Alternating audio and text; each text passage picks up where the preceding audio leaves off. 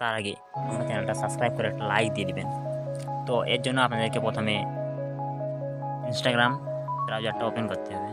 Open করার পর আপনারা নিচে দেখতে পাচ্ছেন আইকনে আছে, ক্লিক করবেন।